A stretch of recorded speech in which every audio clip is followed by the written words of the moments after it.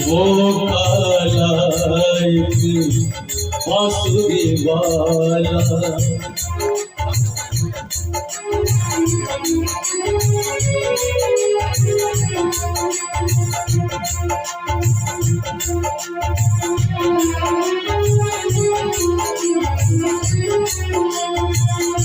वो काला एक बांसुरी वाला सुध बिसरा गयो मोरी रे,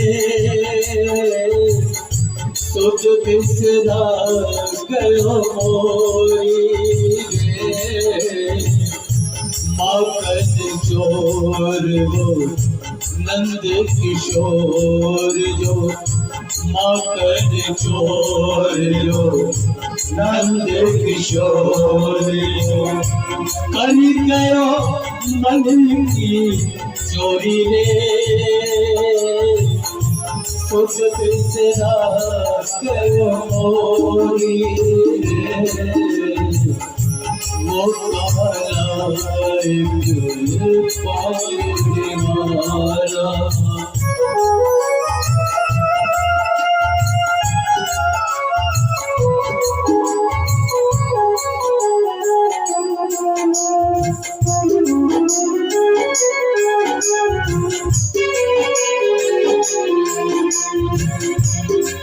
घट पे मोरी पैया मरोड़ी, मैं बोली तो मेरी मटकी कोरी, मैं बोली तो मेरी मटकी कोरी। ओ पन घट पे मोरी पैया मरोड़ी, मैं बोली तो मेरी मटकी फोड़ी, मैं बोली तो मेरी मटकी फोड़ी।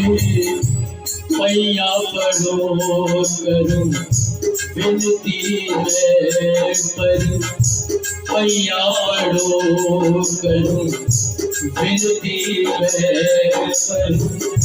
माने न एक हो मोरी रे, वो सुध बिसरा गयो मोरी रे। वो काला एक बांसुरी वाला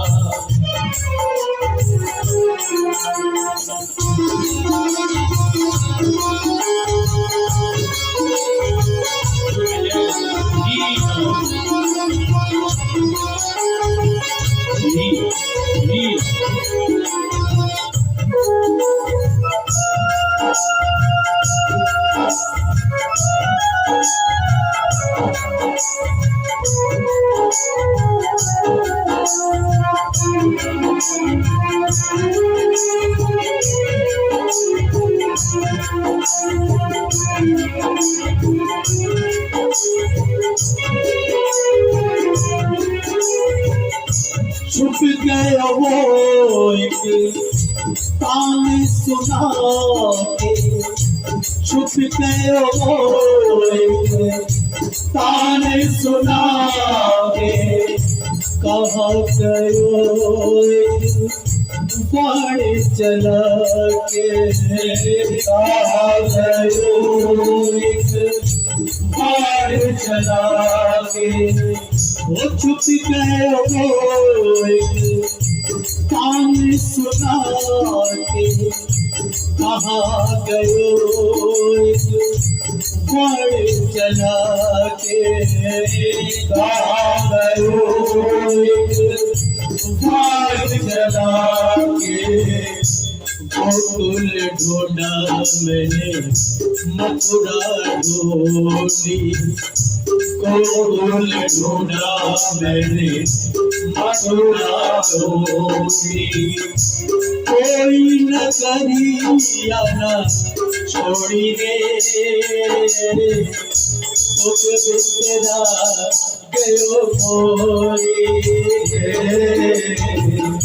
वो पाराई बांसुरी वाला सुख बिसरा गयो मोरी रे, सुख बिसरा गयो मोरी रे,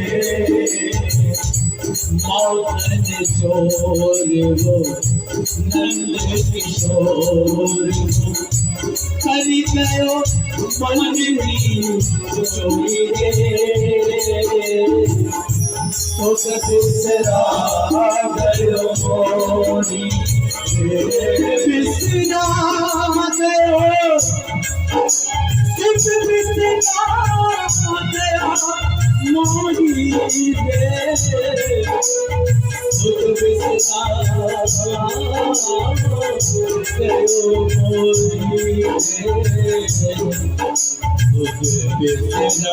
रे, सुख बिसरा गयो मोरी रे। बोलिए कन्हैया लाल की, बोलिए भक्त वत्सल भगवान की। इतना सुंदर भजन सुनाया भैया के लिए एक बार जोरदार तालियां बजाइए। किस तरह की अब इस प्रसंग पर चलते हैं। सुखदेव जी कहते हैं राजन सुनो, सृष्टि का आरंभ कैसे हुआ। सर्वप्रथम कुछ भी नहीं था, केवल क्षीर सागर था, और इस सागर में नारायण भगवान लक्ष्मी के साथ में शेषनाग की सैया पर शयन करते। एक बार भगवान के मन में सृष्टि बनाने का विचार उत्पन्न हुआ। जैसे ही भगवान ने अपने मन में संकल्प किया, भगवान नारायण के नाभि कमल से ब्रह्मा जी प्रकट हो। ब्रह्मा जी प्रकट तो हो गए कमल से, लेकिन चारों तरफ देखने लगे कि मैं आखिर कहां से आया हूं। तो चारों दिशाओं में देखने से ब्रह्मा जी के चार मुख बन गए। तब भी समझ में नहीं आया, तो उनको सबसे पहले दो शब्द सुनाई पड़े, दो अक्षर, स्पर्शेषु यत् षोडशम एक विनिशम।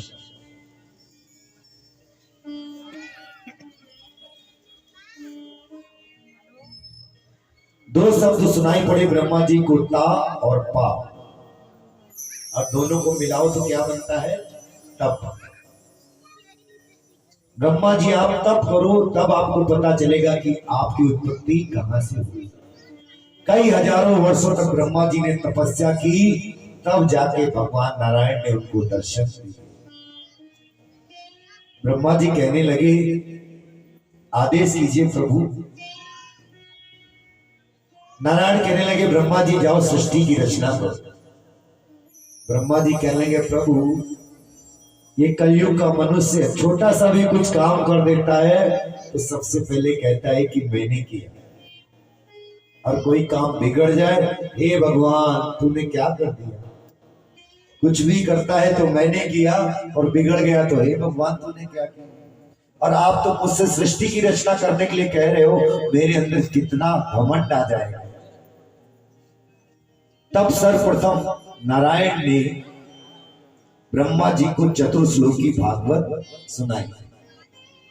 सुनो ब्रह्मा जी। अहमेवास्मेवाग्रे नान्यादथ सत सत परम, पश्चादहं यदि तच्च यो विशिष्येत सुअस्मयम्, ऋते अर्थ यत् प्रतीयेत न प्रतीयेत चात्मनि, तदिदात्मनो माया यथा अभासो यथा तमः, यथा महान्ति भूतानि भूतेषु च वचेश्वरो प्रविष्टान्य प्रविष्टानि तथा तेषु न तेष्वः एतावदेव जिज्ञासयं तत्व जिज्ञासुना आत्मना अन्वय व्यतिरेकाभ्यां यतस्याद् सर्वत्र सर्वदा। ये चतुर्श्लोकी भागवत है, तो सर्वप्रथम नारायण ने ब्रह्मा जी को सुनाई। कहने लगे ब्रह्मा जी इसका अर्थ समझो, आपको तो सिर्फ मैं कारण बना रहा हूं। अहमेवास्मिवाग्रे, सृष्टि के उत्पन्न होने से पहले भी मैं रहता हूं और सृष्टि के संहार के बाद भी मैं ही रहता हूं। आपको तो सिर्फ मैं आदेश दे रहा हूं। नारायण ने समझाया, और आइए आपको एक दृष्टांत से समझाता हूं मैं कि आप कोई मिट्टी की चीज लेने जाते हो कुम्हार के घर पर। जब तक कुम्हार अपने बर्तनों का निर्माण नहीं करता, कोई भी चीज बनाता नहीं है, तो कुम्हार के पास क्या रहता है?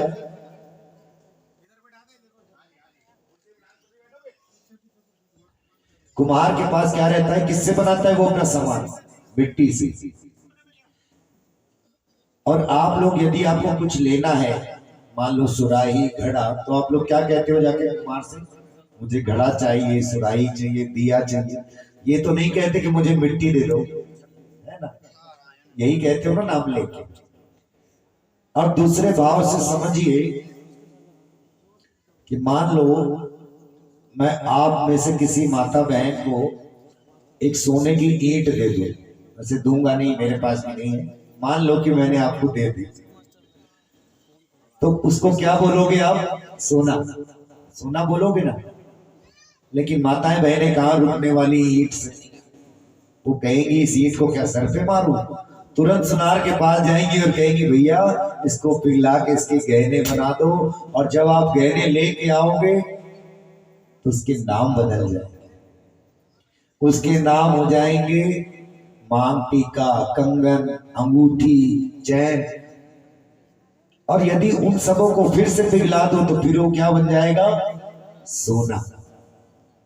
नारायण भगवान कहते हैं ब्रह्मा जी इसी तरह आप अपने ऊपर घमंड मत करो। सृष्टि के अंत में भी मैं हूं, आदि काल में भी मैं हूं। जिस तरह मिट्टी होती है, सोना होता है, चीजें बन के नाम पड़ जाता है, इसी तरह सारे संसार में मैं ही समाया हुआ हूं। तुम्हारे द्वारा सृष्टि की रचना होगी तो कोई यादव जी बन जाएगा, कोई प्रदीप मेहता बन जाएगा, कोई ममता बहन बन जाएगी, कोई सुशीला बहन बन जाएगी, कोई नाम बदल जाएंगे, लेकिन सबके अंदर मैं ही रहता हूं। ये सब सृष्टि मेरा ही स्वरूप रहेगी। बस आप तो अपने आप को सुनार मानो, अपने आप को कुम्हार मानो, सबके अंदर रहूंगा मैं ही। इस तरह ब्रह्मा जी को समझाया। ब्रह्मा जी कहेंगे प्रभु आप धन्य हो जो आपने इतना सुंदर उपदेश मुझे दिया, नहीं तो सोचता कि मैं ही सब कुछ बनाने वाला हूं। आप चाहते हो तो अपनी इच्छा से चींटी बन जाते हो, और आप चाहते हो तो अपनी इच्छा से हाथी का भी स्वरूप ले लेते हो। धन्य हो प्रभु, अब मैं सृष्टि का निर्माण करूं। ब्रह्मा जी ने इसके बाद सृष्टि का निर्माण करना आरंभ किया। सबसे पहले उनके 4 मानस पुत्र हुए, जिन्हें हम सनत कुमारों के नाम से जानते हैं। सनत, सनातन, सनंदन और सनत कुमार 4 मानस पुत्र हुए। ब्रह्मा जी से कहने लगे पिताजी आज्ञा दीजिए। पिताजी ने कहा जाओ सृष्टि की रचना करो। कहने लगे पिताजी हम तो भगवान की भक्ति करेंगे, रचना बचना हम नहीं करेंगे। ब्रह्मा जी को क्रोध आ गया, श्राप दे दिया कि जाओ आज से तुम 5 वर्ष के बालक बने रहोगे। अब वो सनत कुमार 5 वर्ष के ही रहते हैं। सुनाई थी ना कथा, नारद जी को सनत कुमार मिले थे। उनका एक ही काम है कथा सुनना और कथा सुनाना। ब्रह्मा जी को क्रोध आ गया तो उनकी भ्रकुटी से एक बालक उत्पन्न हो गया और रोने लगा। रोते रोते कहने लगा, पिताजी मुझे काम दीजिए, मुझे नाम दीजिए। ब्रह्मा जी कहने लगे, तुम रोते बहुत हो, जाओ आज से तुम्हारा नाम मैं रखता हूँ रुद्र। बोलिए रुद्रदेव भगवान की जय। काम जाओ सृष्टि की रचना करो। रुद्रदेव कौन है? भोले बाबा। भोले बाबा सृष्टि की रचना करने चल पड़े। जैसे ही सृष्टि की रचना की तो आप सभी जानते हो उन्होंने कैसी रचना की। किसी का सर नहीं था तो किसी के 10-10 सर थे, किसी के हाथ नहीं थे तो किसी के बहुत सारे हाथ थे, कोई बिना हाथ पैरों का ही था। ब्रह्मा जी कहने लगे, बस बस हो गई सृष्टि की रचना। एक काम करो, तुम कैलाश पर्वत पर जाके रहो और जितनी तुमने सृष्टि बनाई है इनको भी अपने साथ ले जाओ। तो कैलाश पर्वत पर भोलेनाथ अपनी सृष्टि के साथ विराजमान है। इसके बाद ब्रह्मा जी ने 10 मानस पुत्र और उत्पन्न किए। अत्रि, अंगिरा, वशिष्ठ, क्रतु, भृगु, नारद, दक्ष, पुलह, 10 पुत्र इस तरह और मानस पुत्र उत्पन्न किए। लेकिन ब्रह्मा जी सोचने लगे, ऐसे में मन से कब तक सृष्टि बनाता रहूं। छाया से कर्दम ऋषि की उत्पत्ति हुई और वाणी से सरस्वती मैया का प्राकट्य हुआ। अंत में ब्रह्मा जी ने अपने दाएं अंग से, आधे अंग से एक पुरुष और वाम अंग से एक स्त्री का जोड़ा उत्पन्न किया और उन्हीं का नाम पड़ा मनु शत्रुपा।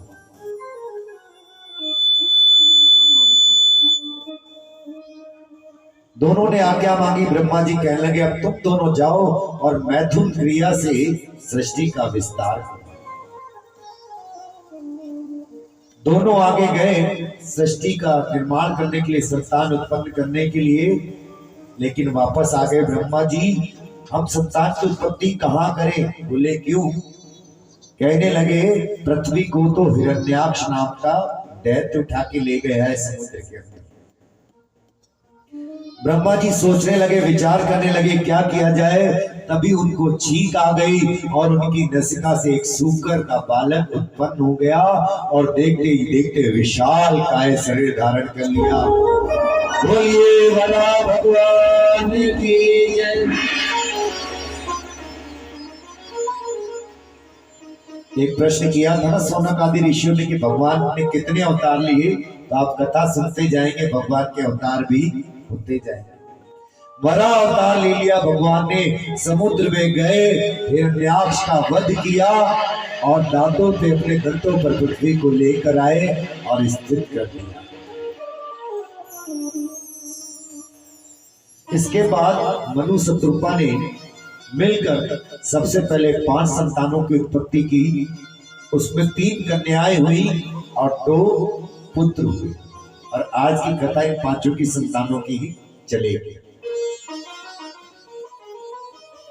3 जो बेटियां हुई उनके नाम थे आकृति, देवहूति और प्रसूति। और जो पुत्र हुए वो हुए उत्तानपाद और प्रियव्रत।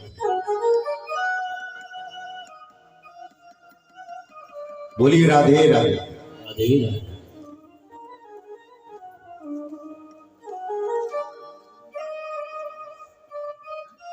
इनमें जो सबसे बड़ी बेटी थी आकृति,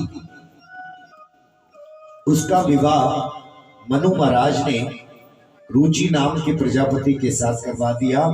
और भगवान का ध्यान करते हुए उनके यहाँ एक संतान हुई, वो भी भगवान का ही अवतार था। यज्ञ देव बन के भगवान उनके घर में प्रकट हो गए।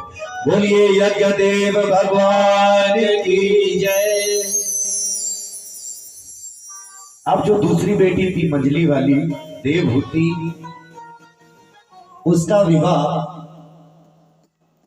जो ब्रह्मा जी के छाया से ऋषि उत्पन्न हुए थे कर्दम ऋषि, उनके साथ हो गया। कर्दम ऋषि तो मना कर रहे थे कि मैं तो भगवान की तपस्या करूंगा, मैं ये संसारिक चक्करों में पड़ूंगा नहीं।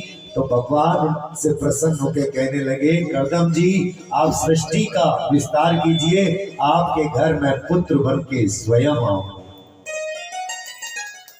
तब कर्दम जी का विवाह दूसरी पुत्री मजली वाली से, देवहूति से हो गया।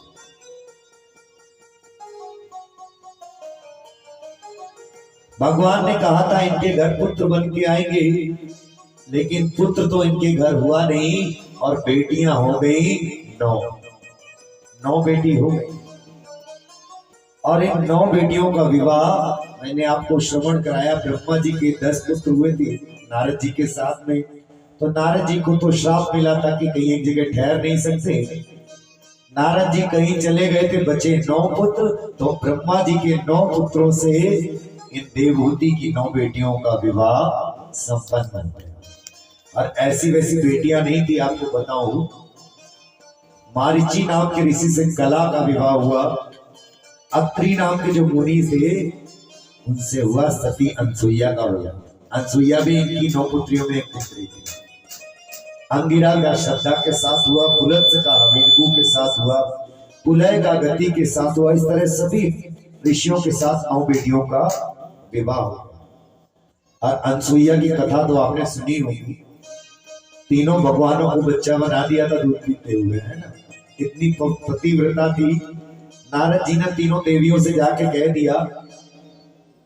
तीनों देवी बैठी हुई थी, ब्रह्मा जी की पत्नी, विष्णु की और भोले बाबा की। तीनों ये समझती थी हमसे ज्यादा पतिव्रता कोई नहीं है। अब नारद जी ने बताया कि एक पृथ्वी पर भी है सती अनसुईया, वो आपसे भी ज्यादा है। तीनों को जलन हो गई। तीनों ने अपने पतियों को भेज दिया, जाओ उसकी परीक्षा लेके आओ। और कैसी शर्त रखी थी कि हम तुम्हारे यहाँ भोग पाएंगे, लेकिन तुम्हें निर्वस्त्र होना पड़ेगा। निर्वस्त्र अवस्था में हम तुम्हारा भोग स्वीकार करेंगे। अनसुईया ने अपने पति को जाके बताया कि ऐसे ऐसे 3 महात्मा हैं, वो समाधि में बैठे हुए थे। पति ने जल दिया और कहा कि जाओ तीनों को छिड़क देना जाए। तीनों ऋषियों को बैठाया और कहने लगे अभी मैं आती हूँ निर्वस्त्र होकर। और उस जल को लिया, तीनों देवताओं पे जैसे छिड़का, तीनों दूध पीते बालक बन गए, पुत्र समान बन गए। और फिर तो माता के सामने पुत्र निर्वस्त्र हो या पुत्र के सामने माता निर्वस्त्र हो ही जाती है। पुत्र माता में कैसा थे। तो ऐसी सती अनसुईया भी इन 9 बेटियों में से एक बेटी थी। कर्दम ऋषि कहने लगे देवी देवहूति, अब मुझे वन में जाने की आज्ञा दो, मैं तो भगवान की समाधि में रहना चाहता हूं। तब देवहूति ने याद दिलाया कि स्वामी बेटियां अपने घर चली गई, आप भी वन को चले जाओगे, मैं तो अकेली रह जाऊंगी। और आपको याद नहीं है क्या, भगवान ने कहा था हमारे घर स्वयं पुत्र बन के आएंगे। जैसे ही ध्यान किया कर्दम ऋषि ने, कुछ समय बाद भगवान नारायण स्वयं कपिल देव के रूप में उनके घर में प्रकट हो गए। बोलिए कपिल देव भगवान की जय।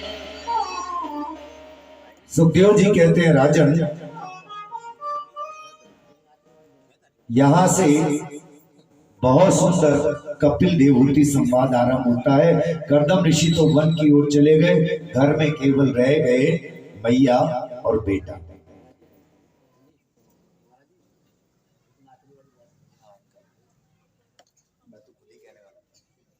तो ये जो कपिल देवहूति संवाद है, मैया ने क्या किया, जब घर में अकेली रह गई। कपिल भगवान की आयु मात्र 4.5 वर्ष की है। एक दिन सुंदर उनको नहलाया धुलाया श्रृंगार किया और एक आसन पे बैठा के मैया चरणों में बैठ गई। और मैया ने कहा कि बेटा मेरे कुछ प्रश्न। निर्विन्नाम नितराम भूमन असत इंद्रिय तर्षणा, ये संभाव्य मानेन प्रपन्नाधम तमा प्रभु। असत इंद्रिय तर्षणात्, पुत्र, ध्यान से सुनना इस प्रश्न को, ये आपके लिए भी है। पुत्र, कर्दम जैसे महान ऋषि मेरे पति हुए, सती अनसुईया जैसी मेरी बेटी हुई, कामक विमान भी मेरे पति ने बनाया, सब सुविधा थी मेरे घर पे।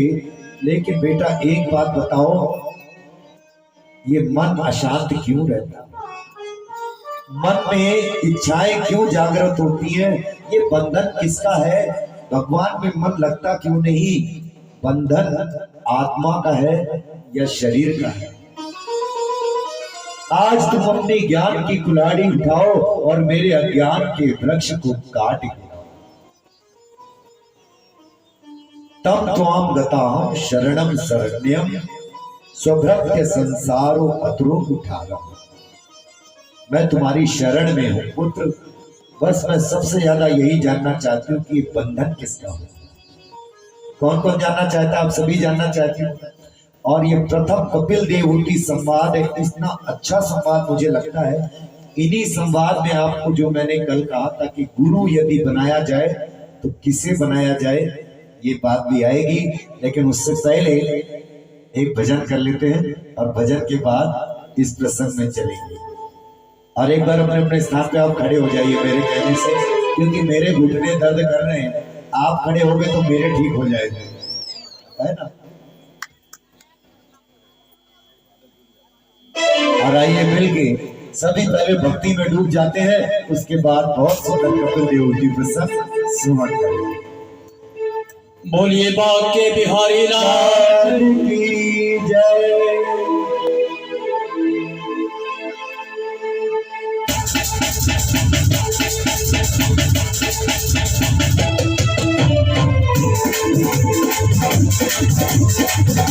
मैं तो सबका आई तेरे द्वार, हे विषभान की लाडली एक मेरी ओर निहार। वो वृंदावन जाऊंगी सखी वृंदावन जाऊंगी, वृंदावन जाऊंगी सखी वृंदावन जाऊंगी। वो मेरे उठे रहो उठे रहो उठे गुने की भीड़ सखी वृंदावन जाऊंगी। मेरे उठे वृंदावन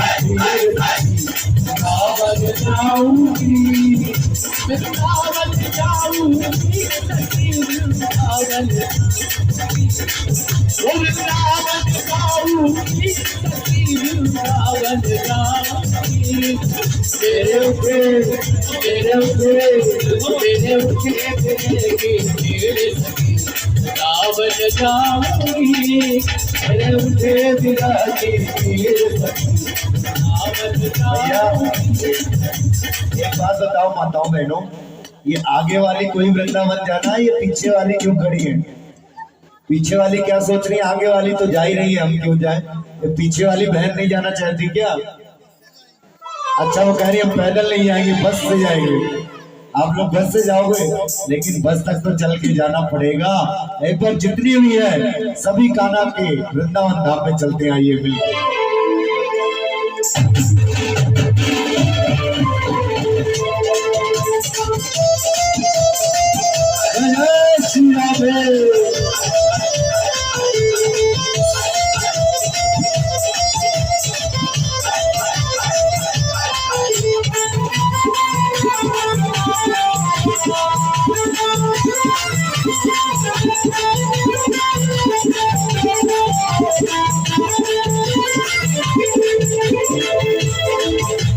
शाम सलोनी सूरत पे दीवानी हो गई, शाम सलोनी सूरत पे दीवानी हो गई हो। शाम सलोनी सूरत पे दीवानी हो गई। अब कैसे हो अब कैसे हो कैसे मारो फिर वृंदावन जाऊंगी। मेरे उठे फिरे वृंदावन जाऊंगी, वृंदावन जाऊंगी सखी वृंदावन जाऊंगी हो। वृंदावन जाऊंगी सखी वृंदावन जाऊंगी। मेरे उठे मेरे उठे मेरे उठे वृंदावन जाऊंगी। मेरे उठे वृंदावन जाऊंगी। जय हो।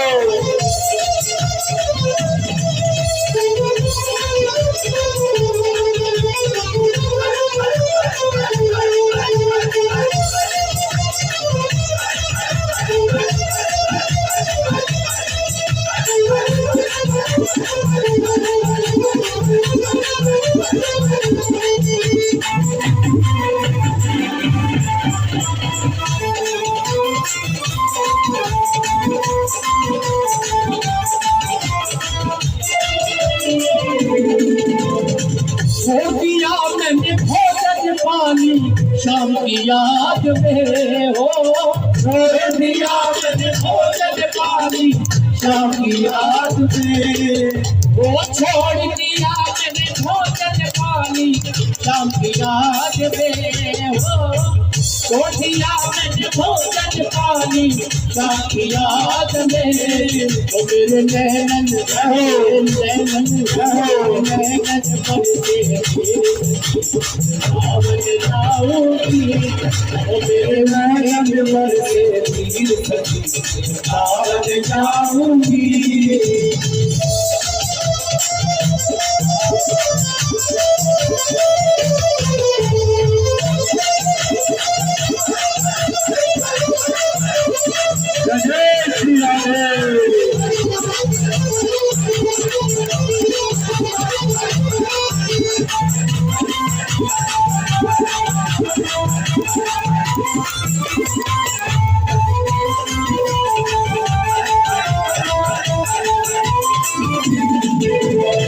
इस दुनिया से रिश्ते नाते मैंने तोड़ दिए हो, इस दुनिया से रिश्ते नाते मैंने तोड़ दिए, इस दुनिया से रिश्ते नाते मैंने तोड़ दिए हो, इस दुनिया से रिश्ते नाते मैंने तोड़ दिए।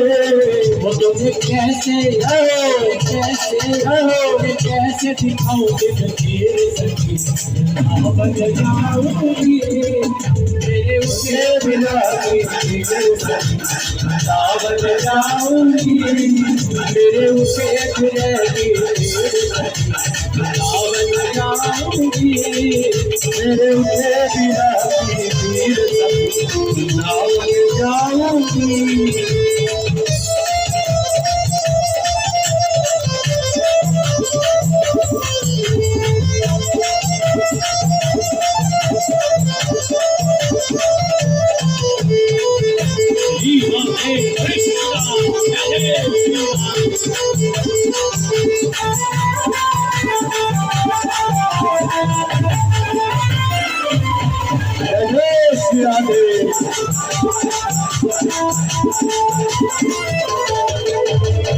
नैनने गिरधारी से बावली हो गई, ओ नैनने गिरधारी से मैं बावली हो गई, ओ नैनने गिरधारी से मैं बावली हो गई। अब कैसे धारो फिर सकी सावन जाऊंगी, के बिना फिर सावन जाऊंगी, उसे बिना फिर सावन जाऊंगी, मेरे उसे बिना फिर सावन जाऊंगी, मेरे उसे बिना फिर सखी सावन जाऊंगी। ओ नैनन में शाम तोहे प्रेम करो, नैनन में शाम सफाई करो, तोहे प्रेम का रोग लगाए गयो, तोहे प्रेम का रोग लगाए गो, तोहे प्रेम का रोग लगाए, ओ नैनन में शाम सफाई को तोहे प्रेम का रोग लगाए गयो, ओ नैनन में शाम सफाई गयो, तोहे प्रेम का रोग लगाए गयो।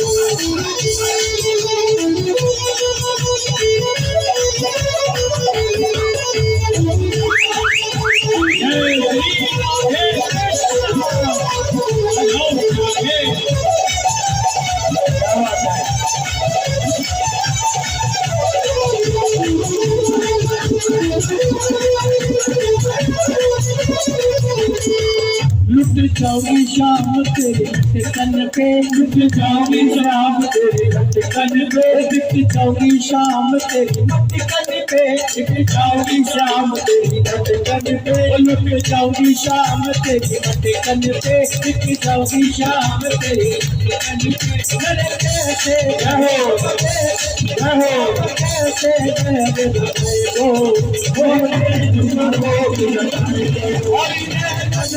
शाम समय दो प्रेम का रोग लगाए गयो दिल को मुरलिया वारो दिल को मुरलिया वारो दिल को मुरलिया दिल को मुरलिया मुरलिया वारो कतुरिया वारो मुरलिया वारो कतुरिया वारो मुरलिया वारो कतुरिया वारो मुरलिया वारो कतुरिया वारो दिल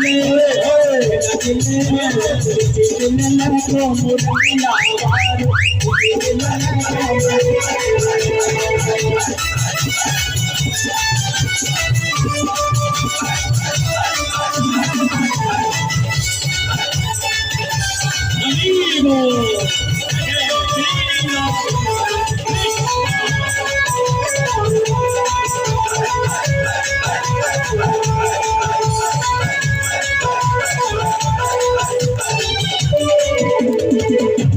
ऐसे को पानी मैं यमुना से लाई ऐसे को मोरी मैं यमुना से लाई ऐसे को पानी मैं यमुना से लाई ऐसे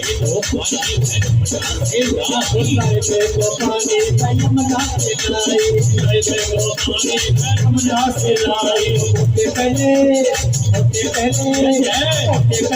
क्यों मुरलिया वारो मुरलिया वारो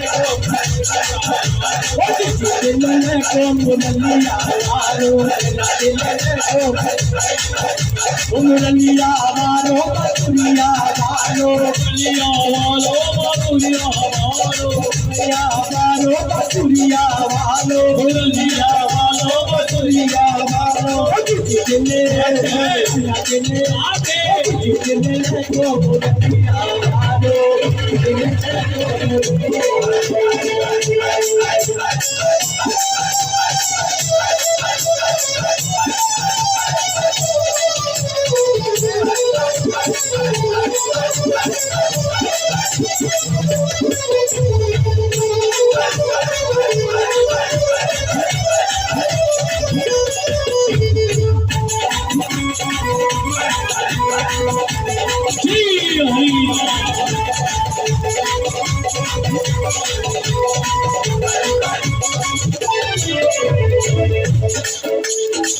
देखो माखन में मथुरा से आई देखो माखन में मथुरा से आई देखो माखन में मथुरा से लाई देखो माखन में मथुरा से लाई मथुरा से लाई मथुरा से लाई मथुरा से लाई मथुरा से लाई देखो माखन में मथुरा से लाई देखो माखन में मथुरा से लाई मथुरा से लाई मथुरा से लाई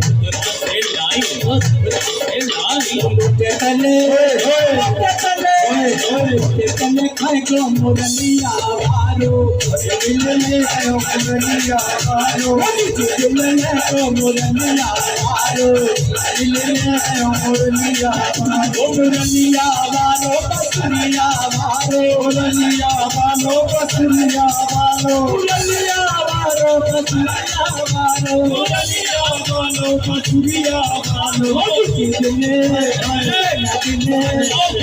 दिल में को मुरलिया वारो मुरलिया वारो कलिहारी तुम्हारी तेरी कल पे कलिहारी तुम्हारी तेरी कल पे कलिहारी तुम्हारी तेरी कल पे कलिहारी तेरे केसर के मोती कल पे तेरे केसर के मोती कल पे में रहो में सुख दिल देखो वह करो में शाम आएगो वह प्रेम करो शाम आएगो वह प्रेम सबने अपने दोनों हाथ उठाकर और उनको क्या कहना है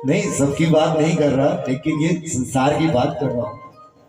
कई लोग इसमें फंसे रहते हैं, बेटा भगवान में मन लगता नहीं, तो मन को कैसे लगाया जाए, बेटा मुझे ये बताओ।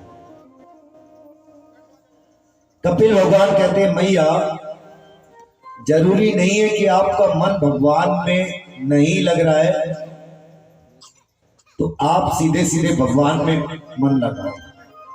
मैया जिन संत महात्माओं का मन, जिन संत महात्माओं का मन भगवान में लग गया हो, आप यदि उनके चरण भी पकड़ लोगे तो भगवान आपको वैसे मिल जाएंगे जैसे उन संतों को मिल जाते हैं। कैसे? एक बात सोचिए, यदि किसी इंसान को 10,000 वॉट का करंट लग गया हो, झटका लगा हो,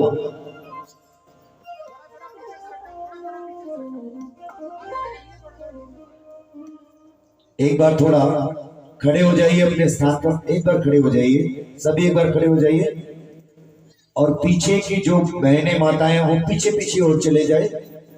पीछे कुर्सी है, कुछ इस तरफ आ जाए, इस तरफ काफी जगह पड़ी है, ज्यादा पीछे नहीं जाना चाहती तो मेरी नजरों के सामने इधर आ जाए। इधर मेरे बाएं हाथ पर भी काफी जगह है, और पीछे होके बैठ जाइए, पीछे बैठ जाइए। और हमारे आज प्रधान जी रंजीत जी नजर नहीं आ रहे।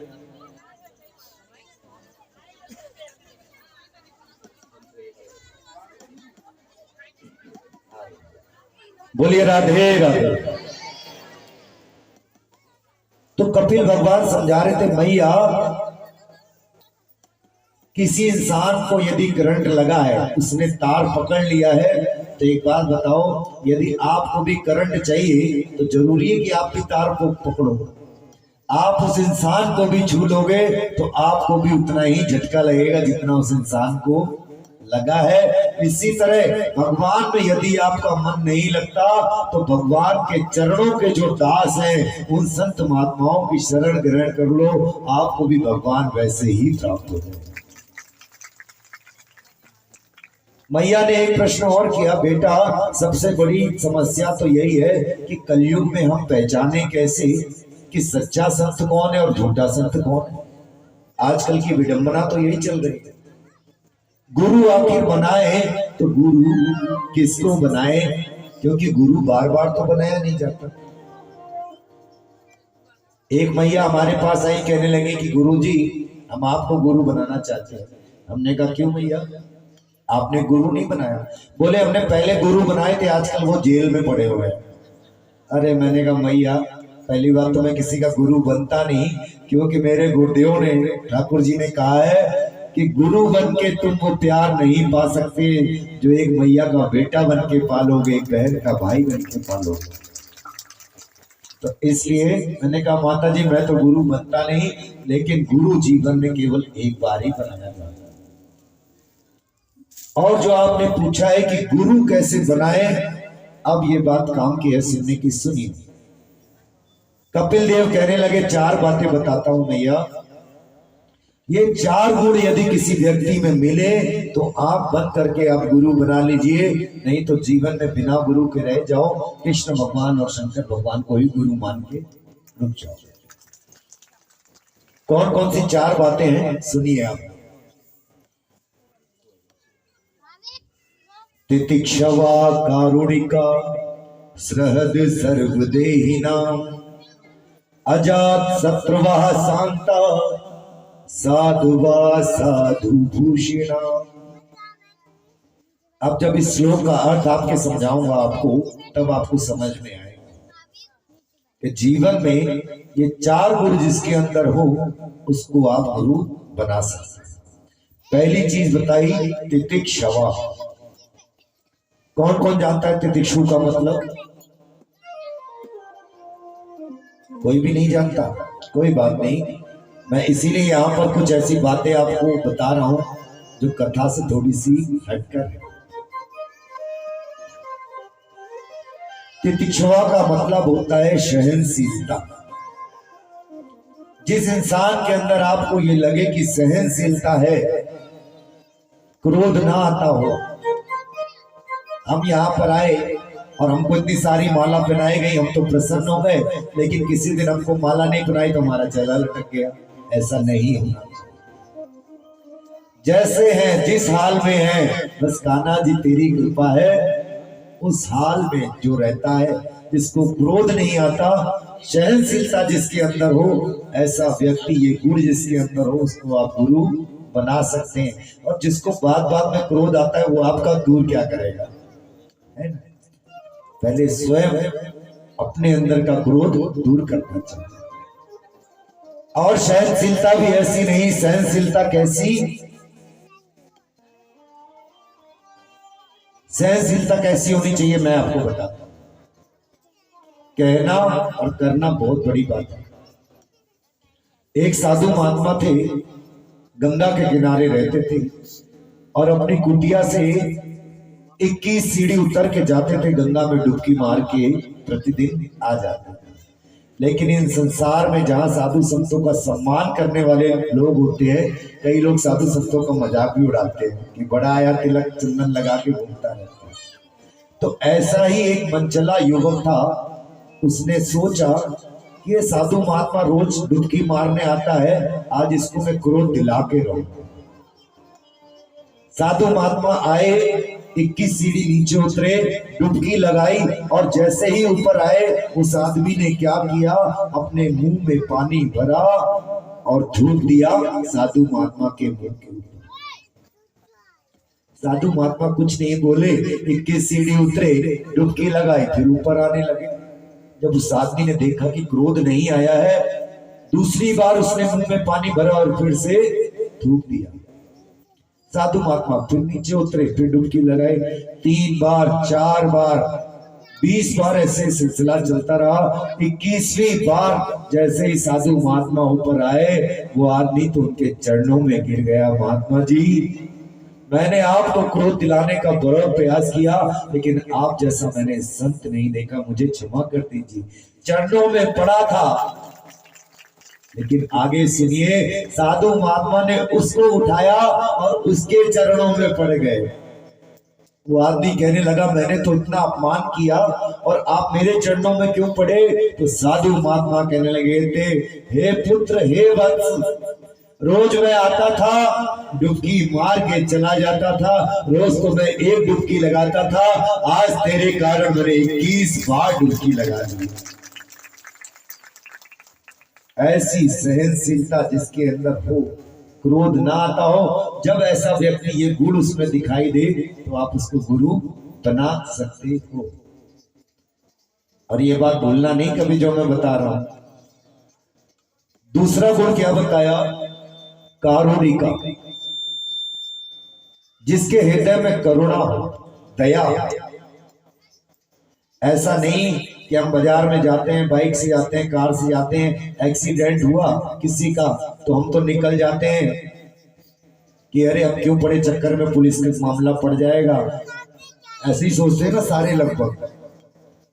और आप बाजार में गए, मैं गया और मुझे पता चला कि भगवान ना करे हमारे कोई मित्र, इनका एक्सीडेंट हो गया, हमने देखा जाके कि अरे ये तो हमारे भैया हैं जो हमारे साथ रहते हैं, तुरंत हम क्या करेंगे, छोड़ के उनको पहुंचाएंगे अस्पताल।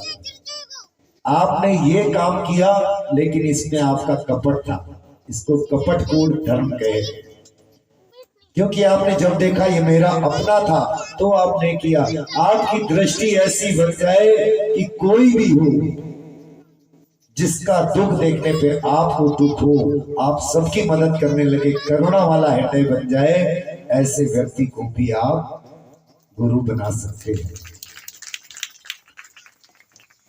अपना दुख ना देके, यदि आपने कहा गुरु जी मुझे समस्या है, तो अपना दुख जो भूल जाए और आपके दुख को मिटाने का प्रयत्न करे, ऐसा व्यक्ति मिले तो आप उसको गुरु बना सकते हैं। तीसरी बात बताई, शहद सर्व देही नाम। केवल इंसानों में ही नहीं, कुत्ता बिल्ली जीव जंतु सब में जो भगवान को देखे, ऐसी दृष्टि जिसकी बन जाए उसको भी आप गुरु बना सकते हैं।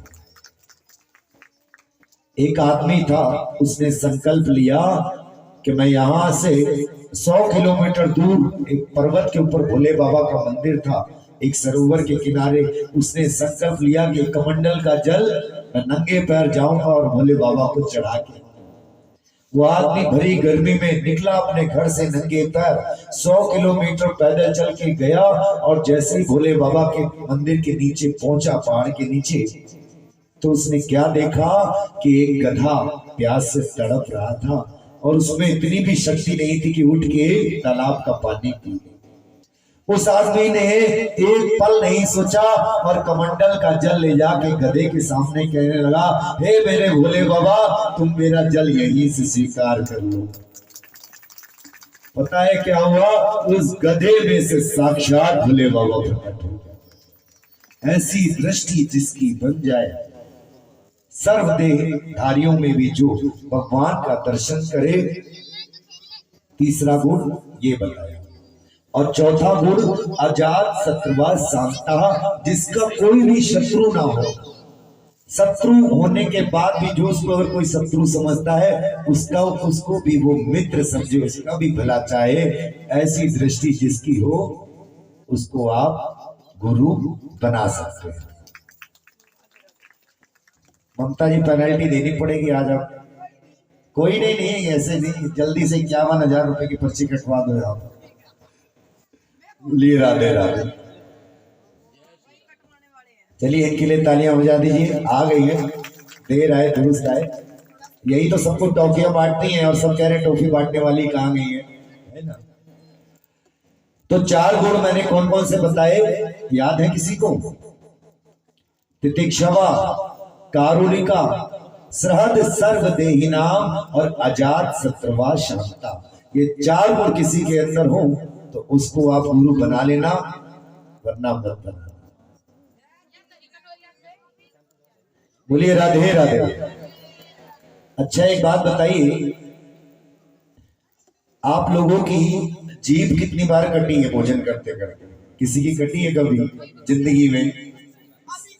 अभी कट गई है। चलो इनके ऊपर ही बता देते हैं।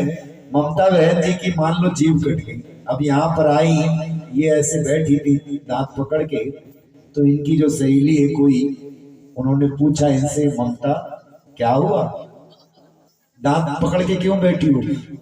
तो ममता बहन ने कहा अभी अभी मेरी जीभ कट गई। तो इनकी सहेली ने पूछा कि किसने काटी? तो ममता ने कहा कि ये मेरे दांतों के बीच में आ गई। ममता बहन ने कहा मेरे दांतों के बीच में आ गई।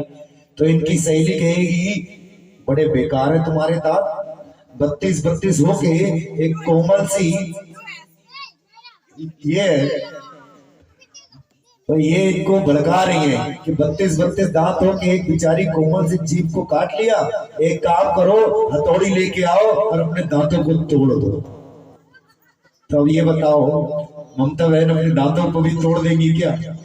नहीं, क्योंकि ममता बहन जानती जीभ का दर्द हो रहा है, दांत भी मेरे अपने हैं। इसी तरह ऐसी दृष्टि बन जाए, जिस तरह हमारे शरीर के अंग अलग अलग हैं लेकिन उनको चोट पहुंचती है तो दर्द हमें पहुंचता है, ऐसे ही हमारी दृष्टि बन जाए। हमारे पड़ोसी के अंदर भी भगवान है, इसके अंदर भी भगवान, उसके अंदर भी भगवान। जैसी दृष्टि वैसी सृष्टि आपकी यदि बन जाएगी तो आप किसी को शत्रु मानेंगे ही नहीं। बोलिए राधे राधे। इस तरह कपिल मैया ने देवहूति को बड़ा सुंदर उपदेश दिया। इसके बाद अष्टांग योग नियम बताया। यम नियम आसन आहार प्रत्याहार धारणा ध्यान समाधि, इस तरह अष्टांग योग का उपदेश दिया और बहुत सुंदर सत्संग सुनाया।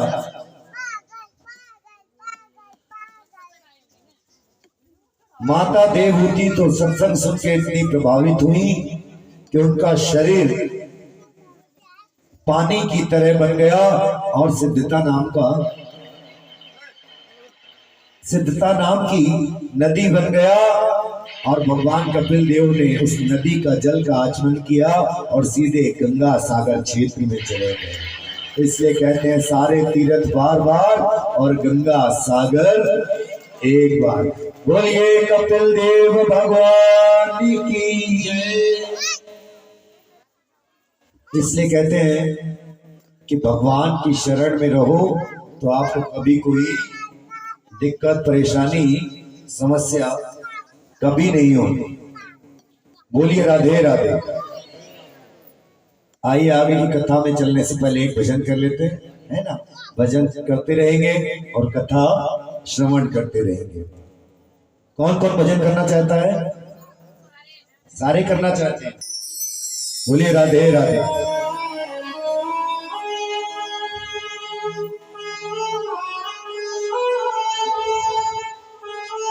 हमें अपने आप को भगवान की शरण में सौंप देना चाहिए। यदि आप गुरु नहीं बना पाए तो बस कन्हैया को अपने आप को सौंप दो और उनसे ही प्रार्थना करो। और यदि कोई गुरु संत मिले हैं तो उनसे एक ही प्रार्थना करनी चाहिए। आइए सिर्फ बैठकर ताली बजा के एक प्रार्थना करते हैं। सुन ले कन्हैया अर्जी हमारी, तारो न तारो ये है मर्जी तुम्हारी, है ना। कन्हैया तारे या नहीं तारे ये तो मर्जी कन्हैया की है। आइए सभी मिलकर मेरे सामने प्रार्थना कीजिए।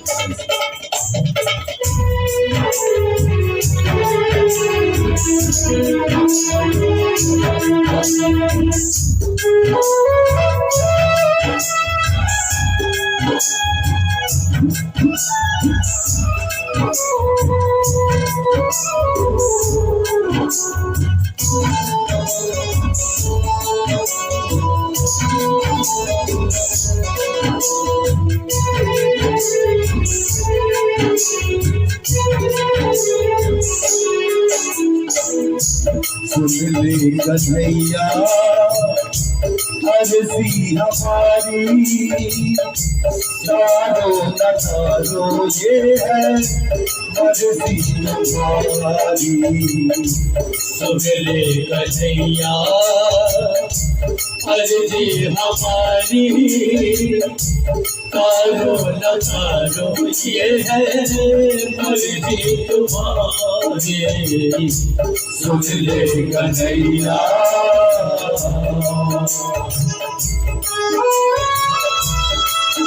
सभी ताली बजा के प्रार्थना कीजिए।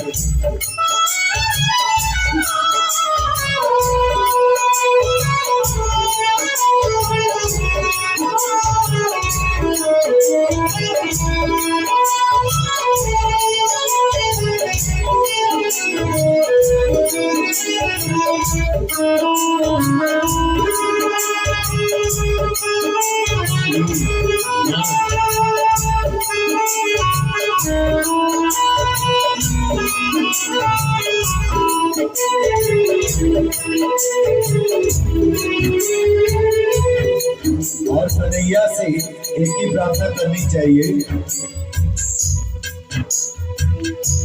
हम पे क्या बीती कैसे बताए, हम पे क्या बीती कैसे बताए। इस दौर से गुजरे कैसे बताए, इस दौर से गुजरे कैसे बताए। तुमको पता है हालत हमारी। सुन ले कन्हैया अर्जी हमारी, तारो न तारो ये है मर्जी तुम्हारी, सुन ले कन्हैया।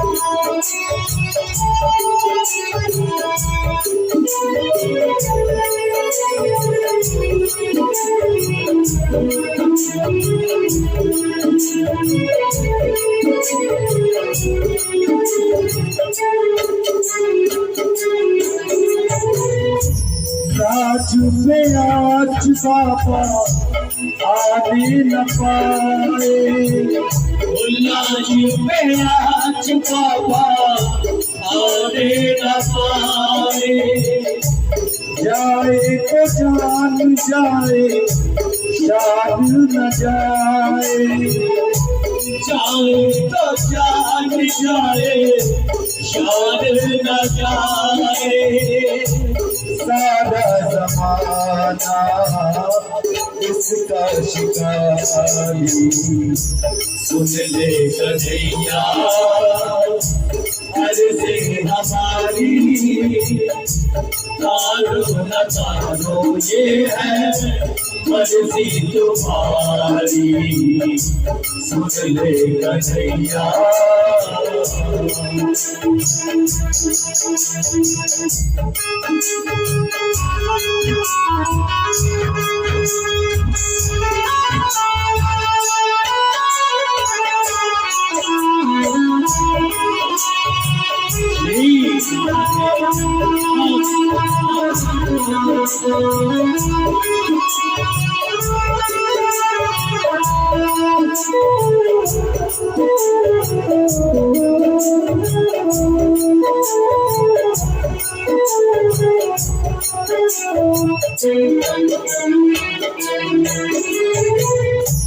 राज की दीक्षा झोली में दे दो, लाज की भिक्षा झोली में दे दो।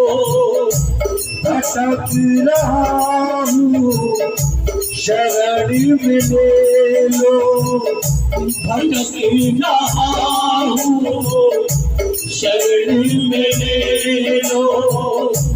घर को खड़ा है तेरा भिखारी, सुन ले कन्हैया अभी गाइए। अर्ज़ी हमारी, तारो न तारो ये है मर्जी तुम्हारी, सुन ले कन्हैया।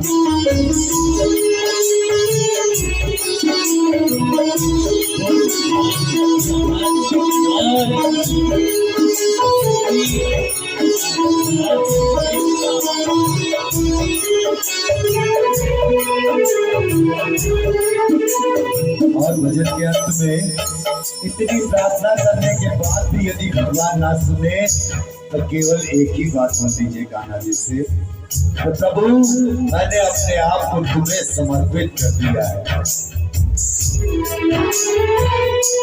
जो भी कहोगे वो मैं करूँगा, जो भी कहोगे वो मैं करूँगा।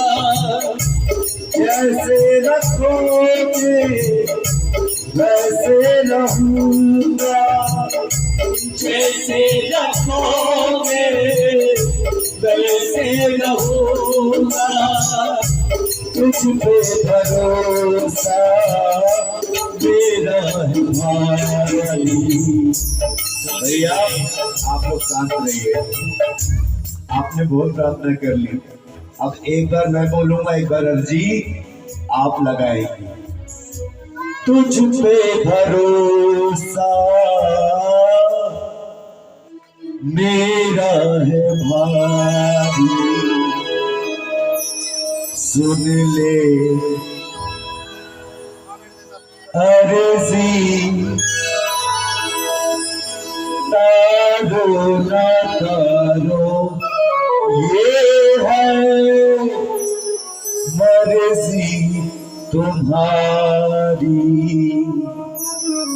सुन ले कन्हैया